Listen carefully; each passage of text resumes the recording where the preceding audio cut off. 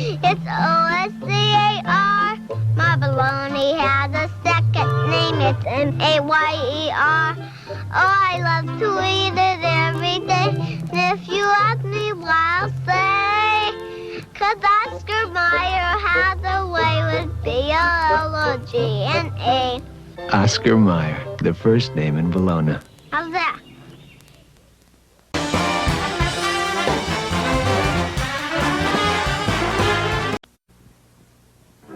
You're the Pepsi generation, come and have a Pepsi day.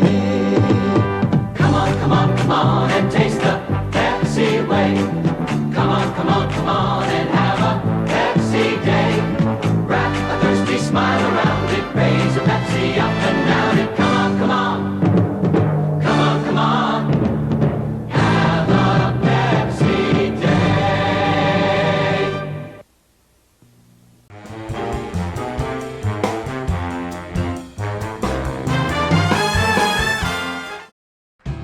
Mastication Station, North America's oddest local talk show. Almost every Thursday night at 9 on Facebook Live. Guests, games, fun, and gluten-free. So put the kids to bed, grab a snifter of hot dog water, and join the festivities. Click like, share, revel in the fun, repeat. Almost every Thursday night at 9 on Facebook Live.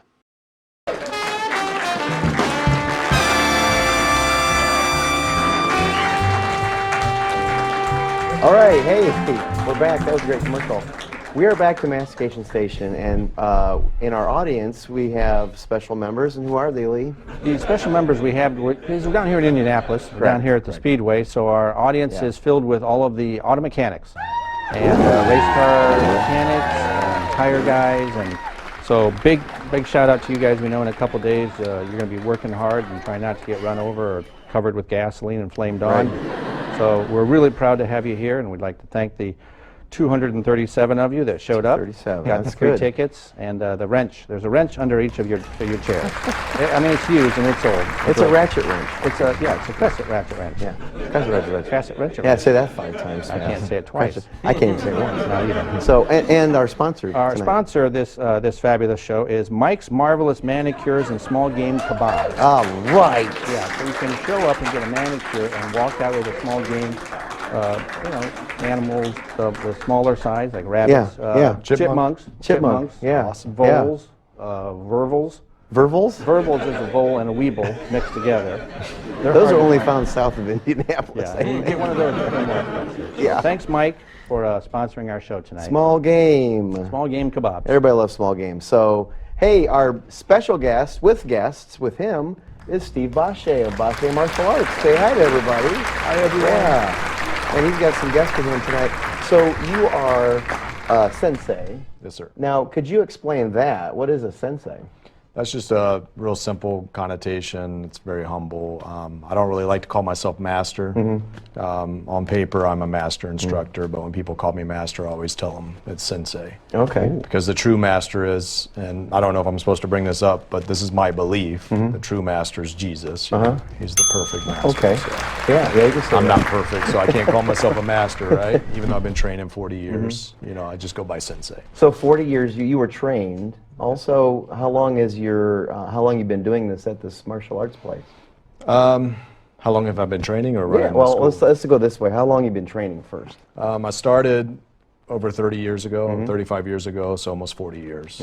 And it's just something I'm very passionate about. And, you know, I've trained in extensively. I don't think I've skipped a day training. That's how much I love it. You know, even before my mom put me in a martial arts school, I made nunchucks out of a broomstick. So it's always been in my blood. You know, and I did that when I was like 8 years old. Now, did you ask her if you could do that? No, she wasn't too happy. Yeah, I took my grandfather's saw and sawed it in half and put my shoelaces through it, drilled some holes, and at 8 years old, I thought I was Bruce Lee. You knocked yourself out? No, luckily. Yeah. So your martial arts place that you have now, how long has that been open and how long have you been doing that? About 4.5 years here on just north of Bishop Dwenger on Clinton, Washington Center. I've been there. Was blessed. I actually used to go to American Ballroom Dance. I used to take my mom there because I wanted to do something with her once a week. So we would go there, and ironically, Faye used to be the instructor, and she was our first instructor.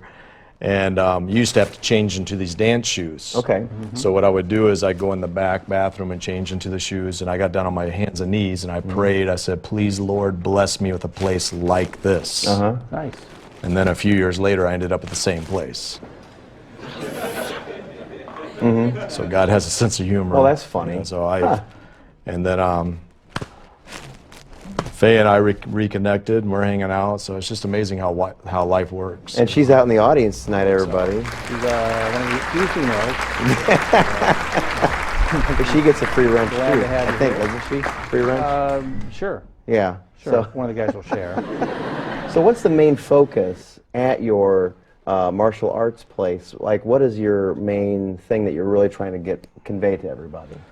My main thing, someone asked me one time, you know, do you want to leave a legacy as a great martial artist? Yes, but my main focus is I want to leave a legacy of someone that, you know, helped many, helped the masses. You know, I want to be known as a great humanitarian. So that's what we try to do. We try to create that culture at the school, not just the physical discipline and training, but we teach a lot of the character development aspects of it, like the discipline, the self-control, the respect. When you walk in there, if you were to stop in any time, my kids or my adults would come up to you and ask you how you're doing. They'd offer you a water. And I feel that's the type of culture that needs to be, you know, developed nowadays. Oh, yeah. You know, you see so many disrespectful, you know, the way the kids are growing up nowadays, and I feel like we need to get back to that and start teaching our kids to do that, because they're our future. Sure, yeah. And so that's the main thing we focus on, is the culture and the character. So aspect. how would you say that your school or your studio is different than other studios? I focus a lot, and I'm saying compared to some schools, I'm not saying all schools. I believe everybody has something to offer and they have good quality in certain areas, but my main focus is to have overall, you know, amazing quality. From the moment you walk in, you just get this sense of peace and love and acceptance. You know, the school is immaculate, it's beautiful. I make sure my uniforms look nice, my instructors, their uniforms look, he has a brand new white Adidas uniform I bought for him. I feel like, you know, we have to lead by example. Sure. So I just feel like that's very, very important that we do that.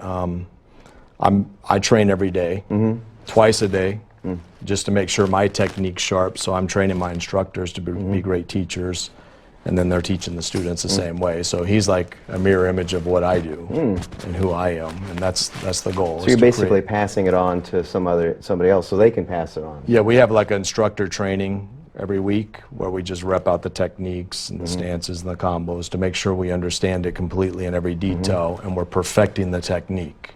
You know, so I believe that if you're going to teach, you have to be what you're teaching. Sure. And that's how I train my staff. And like I said, it's not just attention to detail on the physical aspect of it. You know, not only do we teach good quality martial arts, but we focus a lot on the character too, the way we carry ourselves, the way we treat one another. And it's a very accepting, loving atmosphere. I've had people come in there from, you know, I've had attorneys come in, police officers, people from Gigi's Playhouse, you know, just all different nationalities and personalities that come in there, and they all say they feel the acceptance and the love. And that's what it's all about. We have to love and accept one another. Lee's going to have a question now, I think. So, with your martial arts background, hypothetically, you're in a room, Bruce Lee comes in, height of his career.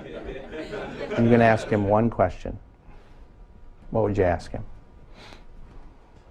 You have 10 seconds. How did he get those amazing abs? Because that's my goal. How you can do this to someone and send them across the room? I'm actually working on my abs, you know, and for a photo shoot. So so I keep visualizing Bruce Lee's abs, that picture. So yeah. I'm a model, but I'm the before picture. You're a teardrop. I just that's the shape. My wife says be in shape. Round as a shape. It's a universal shape, you know. Yeah. Well, I would have asked him about the Green Hornet. Did you ever see that show, The Green Hornet? Yeah, for some reason, I guess it never continued for some reason. I don't know how long like it 2 was on. shows and It they was only, discontinued. yeah, maybe one season. It was the coolest show ever. He was You know. amazing. Yeah, Bruce Lee was amazing. Now, you trained under see if, correct me if I'm wrong, you trained under somebody who was the stunt double for Pat Morita? Is Yes, that right? Karate Kid. My main teacher, Grandmaster Jung Soo Park, actually did the stunt double for Pat Morita in the fight scenes. And I think it was the second Karate Kid when he went over to Japan. They were fighting out in the storm. That was actually my teacher doing that. That's crazy. That's and he also cool. played a Japanese mobster, him and his 2 boys, on Miami Vice. Oh. When Don Johnson, those guys were trying to stop the Japanese mafia, they did this fight scene. They were part of that too. So yeah. Are you thinking that maybe you could do a challenge with me? Sure. And not one of these. I like to break some wood, but it's this kind of wood. Sure. You know this. Yeah, I can show you. I can't even break that. Break a sweat. Yeah, I'm going to show you how to break a board today. Oh, are you? Oh, that's great.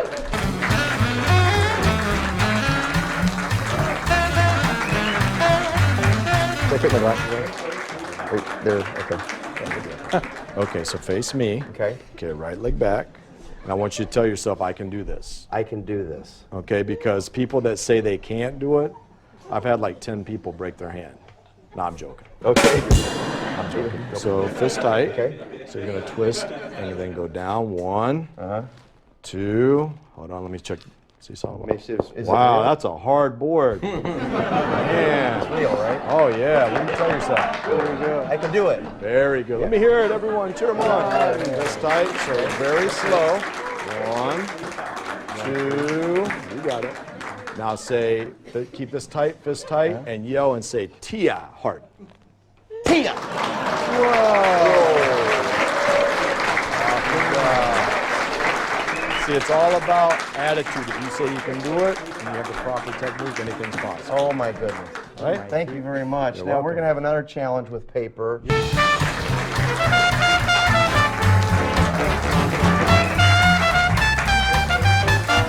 Now, Lee's going to give us the instructions. So you're going to have 30 seconds, and with your offhand, you're going to draw out as many Kleenex as you can as fast as you can. Wow.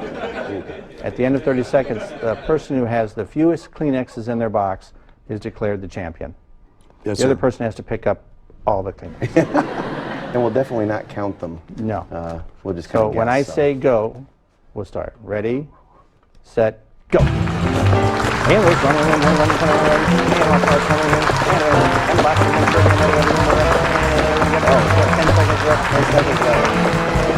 Stop. Oh, Okay, now you okay. gotta How are we count going to know who won? So the other person should feel the other person's weight.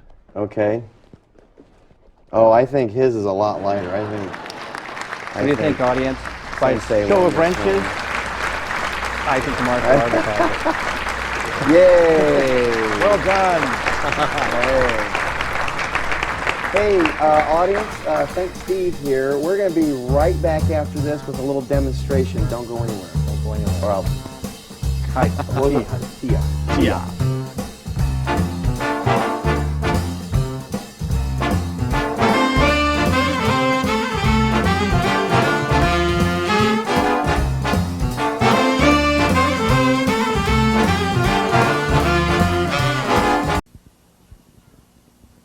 All over the world, the word for great coffee flavor is Nescafe. We're the world's favorite brand of instant coffees. In America, Nescafe's great flavor comes 2 ways. We're the world's best-selling too. Nescafe Regular in the red label, If Nescafe can please the whole wide world, and now Nescafe Decaffeinated in the green label. we can sure please you. Same kind of flavor. Nescafe Regular, Nescafe Decaffeinated. What's your pleasure? Danny, sounds like you've accidentally invented a thermochemical energy source. A scientific wonder becomes a nightmare. Someone's walking around with enough explosive to turn the city into a pancake. A power that could mark the beginning of the end for the $6 million man.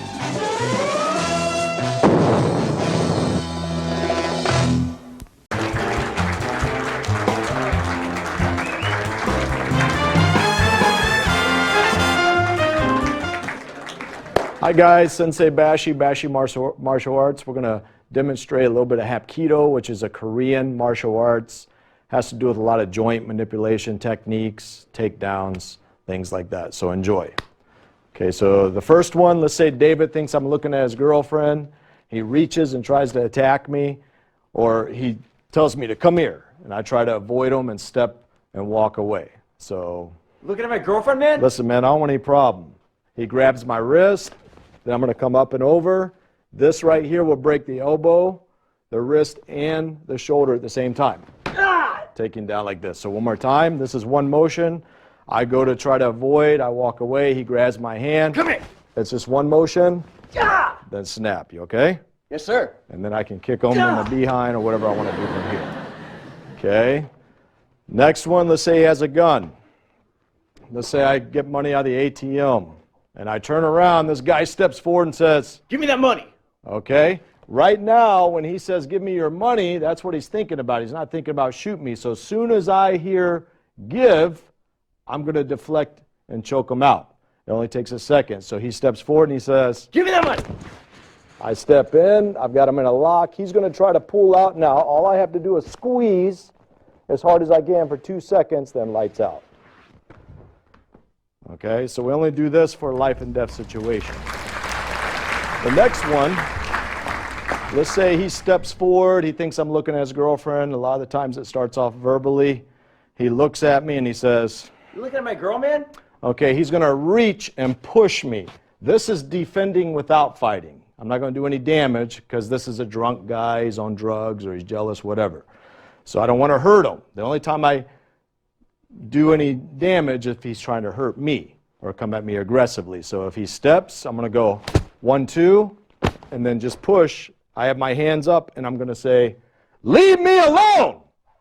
Okay, I say this very loud because there's a lot of people in the place. I have to create that distance. My body language is saying that I'm the good guy.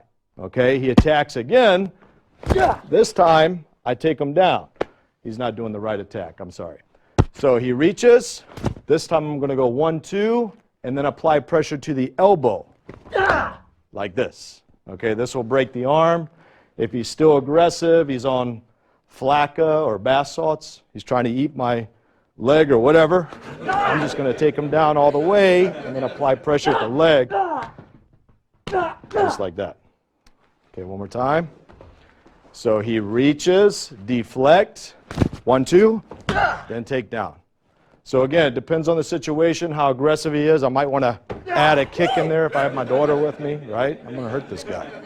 So it depends on the situation. Here's another non-aggressive one. He gets in my face. I'm just going to spin your shoulder.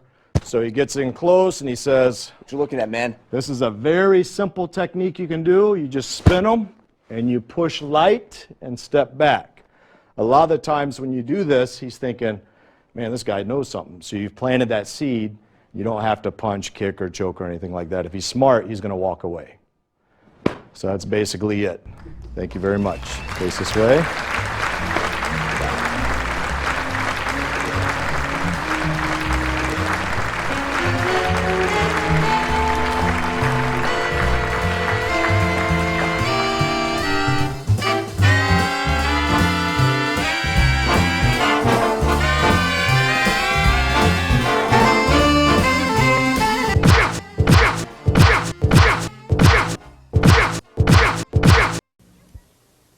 This is a cubic foot.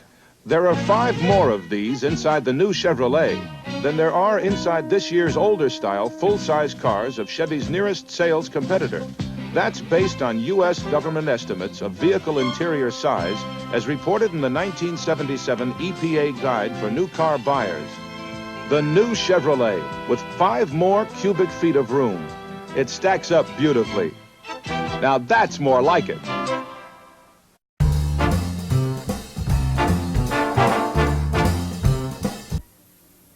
Nervous is meeting your boyfriend's family. All 16 of them. Nervous is why there's new Soft and Dry. Soft and Dry roll-on. Nothing keeps you drier when you're nervous. Nervous is taking your driver's test for the 4th time. Nervous is why there's new Soft and Dry. Nothing keeps you drier, yet it never stings most girls, even after shaving. My fellow classmates. Nervous is why there's new Soft and Dry. Mastication Station, North America's oddest local talk show. Almost every Thursday night at 9 on Facebook Live. Guests, games, fun, and gluten-free. So put the kids to bed, grab a snifter of hot dog water, and join the festivities. Click like, share, revel in the fun, repeat.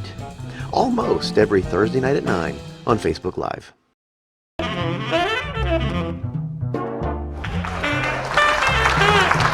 We're rolling. Are we rolling? Hey, welcome back to Mastication Station. That was a fantastic break. I hope you are well rested from that. Lee's here to tell you. That's funny when you say that was a fantastic break. After I the broke, sensei broke his wrist, elbow, and shoulder, and then he asked him how he felt. Take me to the ER how now. do you feel? That was pretty funny. Yeah, that was pretty. Yeah, don't mess funny. with that guy ever. So Lee is here to tell you who the sponsor is, how many we have in the audience, and So, anything else he feels that he needs to tell you. Well, our sponsor is Mike's Marvelous Manicures and Small Game Kebabs, specializing in rabbits, chipmunks, voles, moles, and vrobles. Vrobles? Vrobles are the combination of a vole and a mole. Oh, Vroble. okay. Yeah, it's a weird crossbreeding. No, that but was kind of South the meat's Indian. supposed to be really tender if you peel back the ears. Hey, that's pretty good. Kind of disgusting. But Mike, hey, thanks, Mike, for sponsoring our show. And in our audience, we have 230 mechanics from Pit Row. Nice. Getting ready for the Indy 500, why we're down here in Indianapolis. And I saw they were sharing their wrenches. Some of them were throwing their wrenches away. Oh, no, those were expensive. Those are real ones. And the one female we had from our previous guest, she took home 2 wrenches. Oh. So she we'd got like to thank all you mechanics for your support. Dug them out of the And if Tony gets out of control, do not throw the wrench at Tony. Dive, duck, and all that kind of you stuff. can dodge a wrench. You can So dodge back a to you, ball. Tony. So, oh, and your shirt there, did you get in a fight with a tiger? No, actually, because we were down here in Pit Row, I looked for a checkered shirt and couldn't find one. So I decided to go for the African Spengali kind of look. Your camera's okay again. Yeah. Yeah, I called MC Hammer, and he led me a shirt. Yeah. So thank you very little for Well, our special guest tonight is Dan Epple. He is here. He's the executive producer of American Mullet, which I'm ecstatic to see at the Three Rivers Festival, and actor who played the silver mullet, the mullet man, the mullet man, Scott and the is here. reenactments, and you cut your hair for this. Yeah, exactly. We're done with production, so he can go back. to I finally normal? cut my hair back. Yeah. Yeah, I had a mullet the whole time, and It took years to grow. So, how long did it take to make the movie, and what inspired you to make it? Well, we started about 2 years ago, much like the Marine Corps in the tavern, with the idea. And kind of what inspired us was, here's a guy who's been very popular in the bar scene and the music scene in Fort Wayne since the early 90s. Wow. And he's got quite a following on Facebook, which he's not even a member of. Oh, wow. Yeah. So we kind of sat there and thought, this is a very interesting character. What is it that draws people to him? And that was really the core of the meeting. Yeah. Wow. So it took you said 2 years to make this? We've been in 2 years of production, and we are now in post-production as we speak. And do you have a following for the movie on Facebook as well? We do. I'm actually one of the admins on his page. Okay. Again, that he's not even part of. He knows of the page. There's nearly 6,000 people on there. But because that's his fan base, that's what we've used as his. But we also have our Gunslinger Productions page as well. Yeah. Have you have other movies that you've also made, or is this like the first one? Other ones? I've worked in a couple different short films, a lot of different commercials I've produced, but this is the full feature length documentary that I've done. So he's changed your life. How has he changed your life? You know, throughout this process, it's kind of funny. You talk to so many different people. It's talk to Patrick a lot himself, the Mullet Man. And he just lives a certain way of life. He is not on screen. He is in the present, and he kind of like lives in the moment. And he doesn't worry about what's going on that he doesn't have. He really concentrates on, again, what is in his life. So for me, kind of changed it, kind of giving me a different perspective and appreciating what I have and not what I don't have. Sounds like a sensei. Yeah, like a sensei. Yeah. Now we were kind of worried when you walked in here because we thought you were drinking something, but Well, I finished it before I came in. It's empty. Don't worry. Don't worry about it. So, what is the significance of this can here? So we unveiled. We threw a birthday party for him last August. Oh, okay. And we unveiled his present, which was a beer that was in his honor. He likes light beer, Coors Light, not really a fan, but so we worked with Hop River and came out with a beer in his honor again, Silver Mullet, and we had a release party last year. So just something kind of fun, tie everybody together. And but he didn't go. He didn't. No, he's a very elusive guy. He's elusive. Elusive, by the way, is He's the word like of a the fish. night. He's elusive. He's what? He's like a fish. So is this modeled after kind of Coors Light since that's his favorite? I'll just say that it is a lighter beer. That's about all it has with Coors Light. It's a Kolsch beer, so it's a cross between an ale and a lager. And we wanted to make sure that something that was palatable to the masses, not just a few. So, is this only available at one place, or is it anywhere in town? Well, right now it's available at Hop River. It will be available at a couple different establishments soon. Columbia Street will be one. Of course, Wrigley's Corner Pocket is definitely going to have it stocked. Some of his stomping grounds will definitely have this here soon. So it wasn't your hair. It wasn't really your hair. No, no. What? So it was a wig, I'm assuming? Yes, a wig that you could pretty much buy at any kind of fun store at all, or any Walmart or anything like that. Yeah. Are you hoping very high end? Yeah, very high end. Horse hair. Oh wow. High end horse. No, I don't know what kind of hair it was. It wasn't like cat's hair. It was No. horse. Yeah, horse.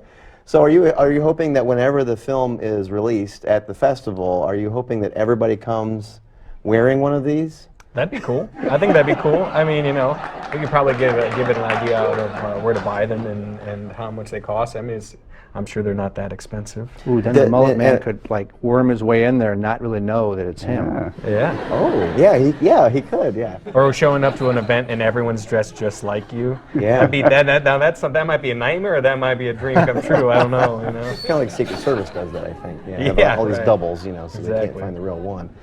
So when you were playing the part, I haven't seen it, obviously. Did you have like a lot of lines, or did you just like I have act like zero him? lines. Okay. No, I've just had to embody him in like more like modeling him in a sense, but reenacting him in scenes where you would see him in his local watering holes and just anywhere about.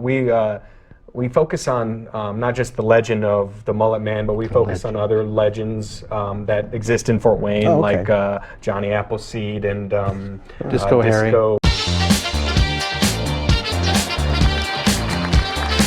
Disco Harry, and and so we bring those reenactments in as well. So you get to see the Mullet Man interacting with other people and around town and in various historical parts of Fort Wayne. Did you have a strict exercise regimen so that you could look? I was on at least a 6-pack a day. I was going to say we bought him a 12-pack of Coors a day.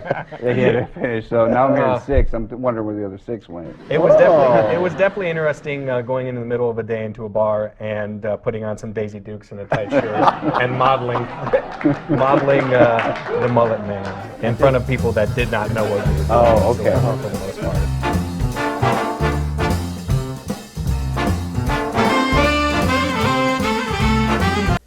It's the first show of the new year, and the Captain and Tennille do it right. With their guests Marilyn McCoo and Billy Davis Jr., John Biner, Muhammad Ali, and Joe Namath. It's the new 1977 Captain and Tennille. You are the apple of my eye, yeah. Forever you. I missed my big chance last time. Angie, I'm not going to miss it again. There it is. That's the Athena 2000 electronic machine by Singer. It's $100 off. Push these buttons. It sews 25 stitches. Beautiful. Even measures buttons and makes buttonholes to fit in one step. If you missed your chance last time, the big Singer sale is back. Hey, Debbie, if you was my mother, what would you think of your son now? Huh? Oh.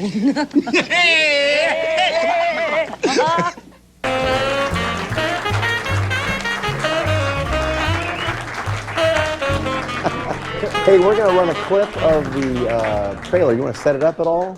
What it's about or anything? Yeah. So, of course, the concept of the film, as Scott mentioned, is walking through the historical figures, but also trying to learn what it is that people are drawn to.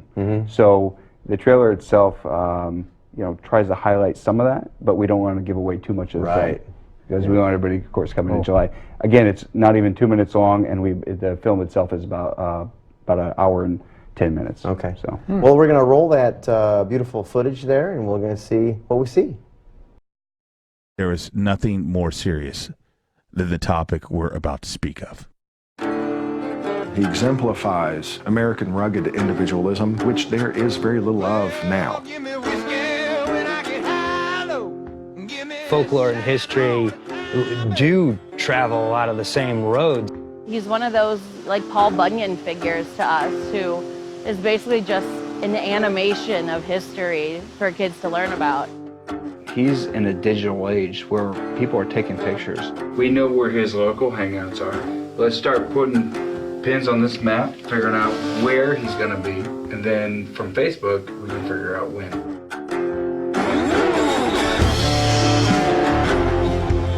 Talking to the people at these bars, they're like, yeah, he was just here 3 hours ago. He moves quick. Oh,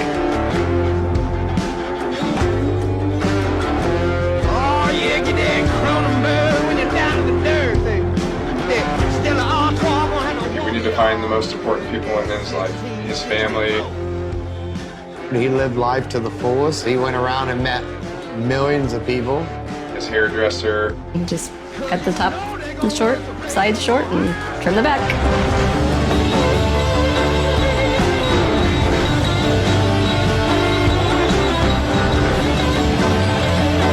For the same reason we love Walt Disney and lions, we love the mane on him. Adore la coupe du Mullet. That is the Mullet. Yeah, that is him. Iconic right there.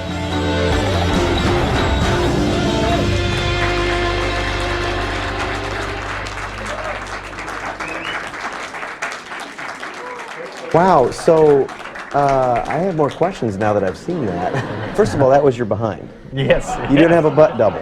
Nope. We didn't have the budget for that. Okay. But you were on location in other places, so how many places did you go to film all that? Oh. Quite a few. I mean, the fort, the statue, we had quite a few of the bars that he goes to. There's other places too. I can't remember all the places in all we went for the to film itself. Yeah. I mean, you're talking 50 plus. I mean, Wow. Yeah. So how do people handle when you walk into like Columbia Street and you've got cameras and you've got everything going on and you walk into Columbia Street, what's the reaction you get from the people? We try to announce what we're doing so that everybody's a little bit more comfortable, because we do have people in the background. If they don't want to be on film, we don't want them on film. But once we do announce the project, everybody seems to get a lot more excited. That's cool. Because of course, the majority of people know of him. If they don't, they quickly on their phones. Yeah, learning about him. See, the difference between him is he has camera equipment. I would walk in with fake eyebrows and a wig, and people would look at me like, what is this guy doing? And then they'd see cameras behind me, and then we kind of explain it to them. But there would be a lot of questions at first. Undercover Definitely. boss. What are you guys doing? Who are you shooting for? And then they'd have stories about Patrick. A lot of times we go to the bars. okay. Go to the bars, and a lot of people that knew him there, especially even during the day, would go to the bars and film some of the stuff, and they would have their own stories, their own tales to tell about Patrick, which was pretty cool too to hear while you're dressed up as Patrick. Film for 30 minutes and stay for 2 hours. Yeah. Did you ever get like they really thought you were him? They knew. Some of them didn't know what we were doing. Then some would be like, "You're playing that Patrick guy, right?" And then they'd have a story about him, and they'd tell you, or they'd say, "He doesn't hold his beer like that, right?" Or when he's around, he does this, and they try to give you pointers and who he was and what they thought of him and their perspective of him. So how many people do you think you interviewed total? Oh, that's kind of a loaded question, because there's a lot that's not included in the film. Oh, okay. I mean, we have tons and tons of footage that just didn't make the cut. But within the film itself, there are, and I can't give you a number, but there are quite a good subjects that we interviewed, people that we interviewed, and we wanted to really pick out the cream of the crop. You know, we wanted to make sure that this wasn't drawn out film. We wanted to make sure that it was about an hour and 10 minutes, and it was action-packed. Yeah. It was comedy, it was dramedy, it was the whole line.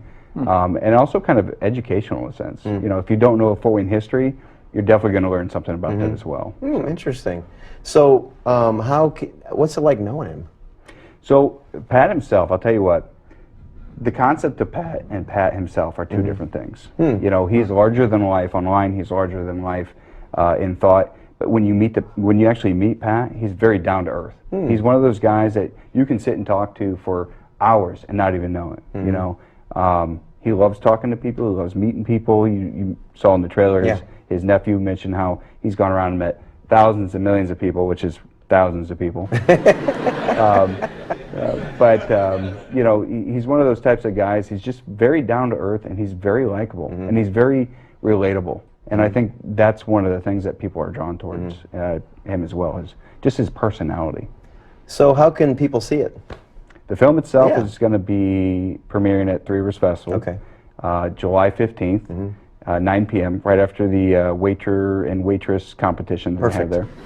But Sweetwater is one of our sponsors. They're one of our producers, so we're going to be able to use all their equipment down there. I think they got about $1 million set up. I don't even know. It's all on a VW bus, I think. Yeah. Real expensive bus. Yeah, tickets are available. We're reserving seats because we got to make sure that we got enough room for everybody. But yeah, July 15th, 9 p.m. at Three Rivers Festival. Oh. Nice. I'm excited because I've already got my tickets. I'm pretty stoked to see this. Yes, Do you think you guys could do a challenge tonight? Sure. I think so. Should it be them? Oh, it depends what it is. Well, there's nothing about anything in the face. Let's do anything with Coors Light. No. Okay. Maybe empty. No Should it be silver them bullets. versus each other? The Force will be with you. Yeah. Good. All right. So you get one. Okay. And whoever wants the blue can get the red, whatever. So Lee is going to tell you the rules. The parameters. So this contest, you can draw out a singular tissue to begin with. Okay. A starter tissue. Starter tissue, if you will. Yes. When I say go, you're going to draw the tissues out as fast as you can using your off hand. Wow. Offhand. Offhand. After 30 seconds, then I'll say stop. And then you will weigh the boxes, and the box that's the lightest is the champion. The loser has to pick up all the tissue. And count it. And count them. Oh, he's cracking his That was disgusting. I'm going to get out of the way. Cause You better ready, set, go.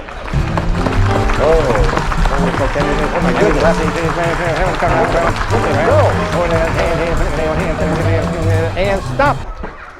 Okay, let's see who weigh each other's boxes. is the winner. Look how I know, I think you killed something there. Okay, let's see who the winner is. Lee, officially.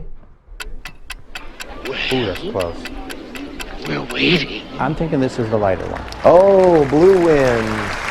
Who is blue? I don't even remember. I've been training my whole life for this. All right, we have a winner here, chicken dinner. So thank you guys for coming. Everybody welcome them back. And we'll be right back after this. Yay. Thank you guys. Yeah, thank you. Awesome. Cool. Good, I really had to blow my nose too. I was going to put this on Facebook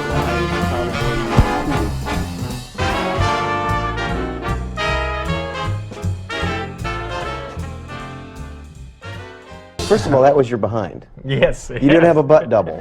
Nope. We didn't have the budget for that.